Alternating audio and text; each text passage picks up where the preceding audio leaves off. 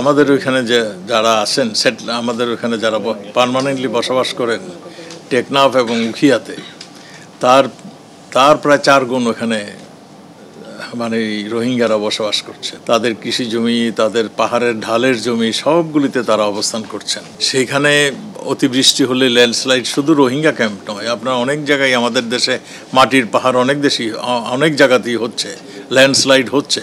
সেইখানে রোহিঙ্গা ক্যাম্প বলে ওইখানে হয়নি, এটা অনেক জায়গায় হচ্ছে। এই ধরনের একটা দুর্ঘটনা রোহিঙ্গা ক্যাম্পে হয়েছে। এটা আমাদের ওখানে RRC রয়েছে, বিদেশি এনজিওরা রয়েছে, তারা কাজ করছেন। আমি বারবার বলছি তদন্ত শেষে আমরা কিছু বলতে পারবো না। তদন্ত শেষ করার আগে যদি আমি কিছু বলি সেইটা একটা অন্য পক্ষের সমর্থনে চলে যেতে পারে। আমি কাজেই তদন্ত শেষের আগে আমি কিছু বলবো না। তো আমি এইটুকু সবসময় বলছি যে একটা সঠিক তদন্ত হচ্ছে এবং সঠিক তথ্যটা আমরা আপনাদেরকে জানাতে পারবো, এইটুকু আমি বলেছি। আমরা খুব কাছাকাছি আছি, আমরা শুধু সব কিছুর আনসার পেয়ে গেলে আমরা আপনাদেরকে জানিয়ে দেব। এইগুলি তার অনুমান ভিত্তিক তথ্য। আমাদের তরফ থেকে ডিবিকে কোনো রকম প্রেশার দেওয়া হয়নি। ডিবি স্বাধীনভাবে কাজ করছে। আমরা যেটা মনে করি যে সঠিকভাবে স্বাধীনভাবে কাজ করে, শুধু আমাদের ডিবি নয়, এবং মার্ডারটি হয়েছে ভারতে, কাজেই ভারতের পুলিশও এটা নিয়ে তদন্ত করছে। কাজেই কোনো জায়গায় কোনো ফাঁক ফোকর থাকবে বলে আমার মনে হয় না। আরাকান আর্মির মানে ওইখানে বিভিন্ন জাতিগোষ্ঠী মায়ানমার সরকারের বিরুদ্ধে যুদ্ধ করছেন। কোচিন করছে, এই আরাকান আর্মি করছে, আরও অনেকে করছেন। আরাকান আর্মি, আমরা যতটুকু জানি, আরাকান আর্মি অনেকটা আরাকান রাজ্য দখল তারা করে ফেলছে। সেই জন্য আরাকানের যে আমাদের মায়ানমারের যে বর্ডার গার্ড বিজিপি ওগুলি আমাদের এখানে এসে আত্মরক্ষার্থে পালিয়ে আসছেন। কাজে সেইখানে অবস্থাটা আমরা এখন এই মুহূর্তে ঠিক বলতে পারবো না যে মায়ানমার আরাকান আর্মির অবস্থানগুলো কী। তা আমরা এইটুকুই বলতে পারি যে এরা মাঝে মাঝে ভুল করে আমাদের আমাদের টহল বিজিবির উপরে ফায়ার ওপেন করেছিল।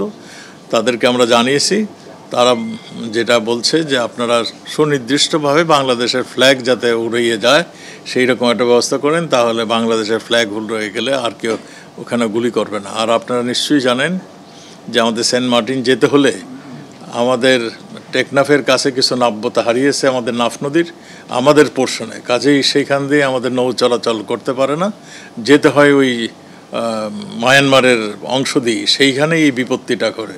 কখনো মানে মায়ানমার আর্মি, কখনো বা আরাকান আর্মি ফায়ার ওপেন করে। আমরা দোনো দলের সঙ্গেই আমরা বলে দিয়েছি যে আমাদের গুলি করলে আমরাও এরপরে পাল্টা গুলি করব। কাজেই আমাদের এইখানে আর কোনো গোলাগুলি হচ্ছে না। ওখানে যে মায়ানমারের 2টি জাহাজ ছিল সেগুলো ফেরত নিয়ে গিয়েছে। আমরা আশা করি সেখানে আর কোনো গুলি চলবে না। তারপরেও আমাদের যারা পার হচ্ছেন তারা সাবধানতা অবলম্বন করে চলছেন। এখন পর্যন্ত কোনো মামলার ওয়ারেন্ট কপি, কোনো রায় কিন্তু আমরা এখনও আমাদের কাছে পৌঁছেনি।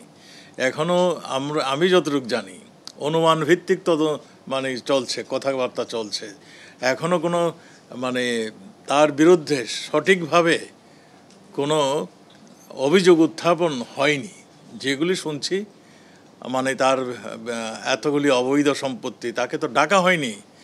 তাকে ডাকা হলে তো আমরা বুঝতে পারবো তার নিশ্চয়ই তার কোনো এক্সপ্লানেশন আছে, নিশ্চয়ই তার আয়ের কোনো সোর্স আছে। না হলে সেই বা এরকম অপকর্ম করবে, এইটা তো তাকে সুযোগ দিতে হবে। সে সুযোগ পেলে নিশ্চয়ই আসবেন, কথা বলবেন, তাহলেই বোঝা যাবে তার কতখানি অবৈধ, কতখানি তিনি তার নিজস্ব সম্পদ দিয়ে বৃদ্ধি করেছেন। একটা কথা বলতেই হয়, আজকে থেকে 10 বছর আগে যেই জমির দাম 10 লাখ ছিল, এখন যে দেখেন সেই জমির দাম 2 কোটি টাকা, 4 কোটি টাকা। এইরকমভাবে সম্পদের বহুগুণ বৃদ্ধি হয়ে গেছে সম্পদের মূল্য। অনেক কিছু হতে পারে। সেই জন্যই যার বিরুদ্ধে অভিযোগ আসছে তাকে এসে তার উত্তর দিতে হবে, এবং সে যদি মানে তার ব্যাখ্যা দিতে পারে তাহলে তো আপনাদের এই প্রশ্নগুলি সবই মিটমাট হয়ে যায়। আমি মনে করি যে এইগুলি মানে আসুক, তার নামে যেগুলো আসছে তিনি এটার জবাব দিবেন। যদি জবাব না দিতে পারে তখন আমরা বলবো সে দুর্নীতিবাজ, তখন সে বলবো যে তিনি অবৈধ সম্পদ অর্জন করেছেন। এর আগে বোধহয় বলার মানে সময় আসেনি।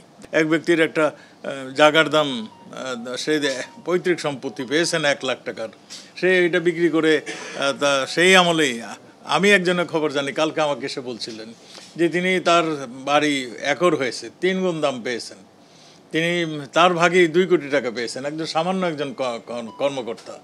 তাহলে সে তো এটার হিসাব দিবেন কেমনে? সে এখন তো হিসাব দিতে হবে তিনি এই টাকা এটা পেয়েছেন, তার থেকে ট্যাক্স এটা কেটে রেখেছে। নিশ্চয়ই যাদের নামে অভিযোগগুলি আসছে তাদের কিছু বলার আছে, তারা বলার পরেই আমরা বলতে পারবো সে দুর্নীতি করেছে। যে বেনজির আহমেদ বিদেশের মিশনে অনেক বৎসর ছিলেন, সেগুলো আপনাদের জানা দরকার। সেই মিশনে সে কত টাকা এনেছে এইগুলি তাকে বলতে হবে। তো সেই টাকা কত বৃদ্ধি পেয়েছে সেগুলি তিনি জানেন, আমরা জানি না। যেহেতু তার নামে একটা অভিযোগ আসছে, তিনি এটা জবাব দিবেন।